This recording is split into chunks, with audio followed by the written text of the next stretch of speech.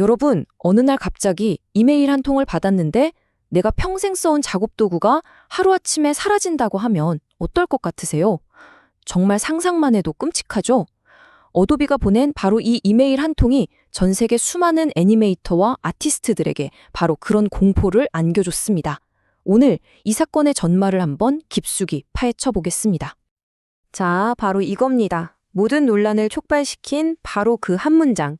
어도비의 이 갑작스러운 발표는요, 그냥 한 시대가 끝났다고 선언하는 것과 같았어요. 사용자들 입장에서는 아무런 예고도 없이 당신들의 작업 도구 이제 사용입니다 하고 통보를 받은 거나 마찬가지였죠. 근데 한번 생각해 보세요. 사실 뭐 프로그램 하나 없어지는 게 그렇게까지 대수냐 할 수도 있잖아요. 세상에 얼마나 많은 소프트웨어가 조용히 나타났다가 사라지는데요. 그런데 도대체 왜 유독 이 애니메이트의 단종 소식은 이렇게 거대한 폭풍을 일으켰을까요? 그 엄청난 반응 뒤에 숨겨진 이야기 지금부터 한번 제대로 풀어보겠습니다. 자, 그럼 이른바 사형 선고라고 불렸던 그 공지, 대체 내용이 뭐였는지부터 한번 제대로 뜯어보겠습니다.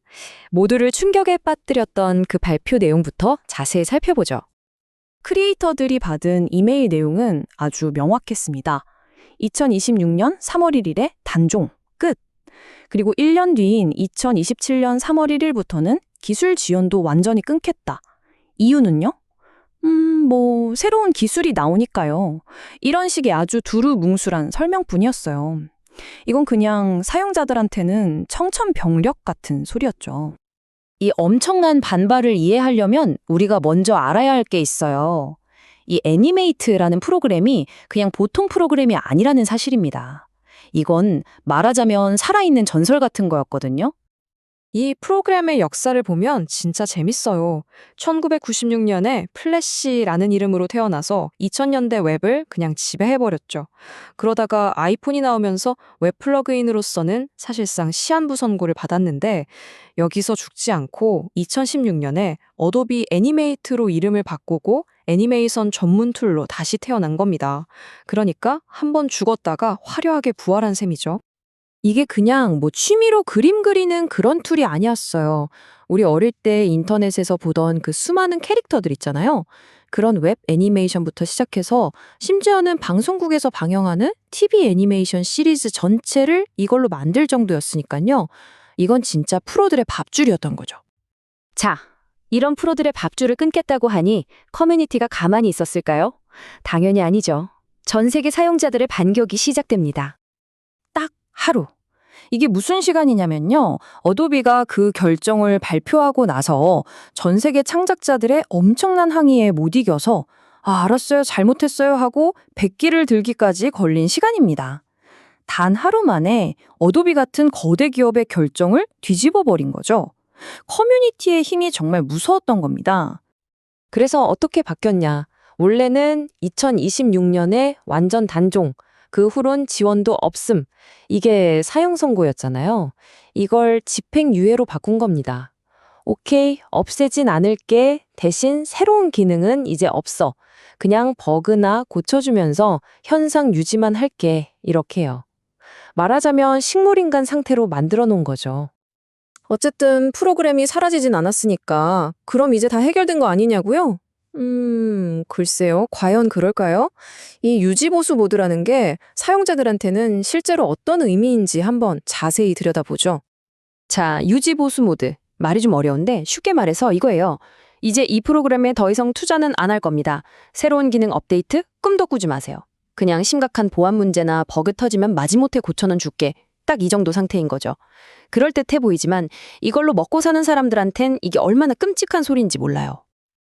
그러니까 이게 프로그램을 살려준 게 아니에요. 그냥 천천히 아주 고통스럽게 죽게 내버려 두는 거죠.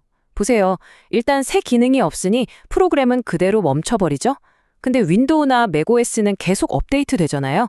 그럼 점점 호환성 문제가 생기면서 오류가 막 터져 나와요. 보안도 취약해지고요.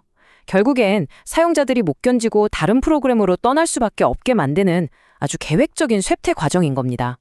자, 이 충격적인 발표에서부터 커뮤니티의 반격, 그리고 어설픈 봉합까지 이 일련의 사건들이 사실 우리 모든 창작자들에게 정말 중요한 교훈 하나를 던져줍니다.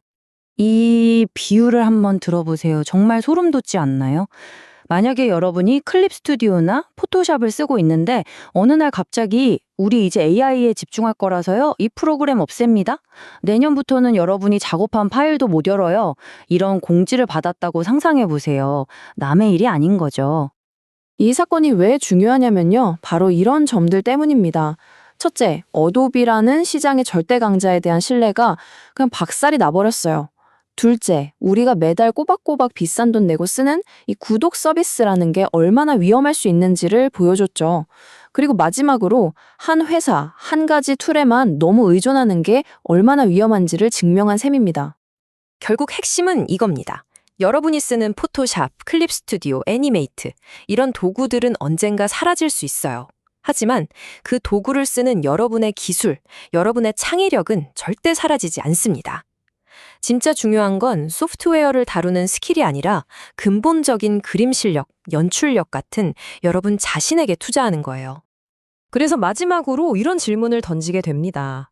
우리가 매달 돈을 내고 쓰는 이 구독 방식의 소프트웨어 시대에 과연 우리는 우리의 작업 도구를 소유하고 있다고 말할 수 있을까요? 아니면 그냥 잠시 빌려 쓰는 걸까요? 여러분은 어떻게 생각하세요?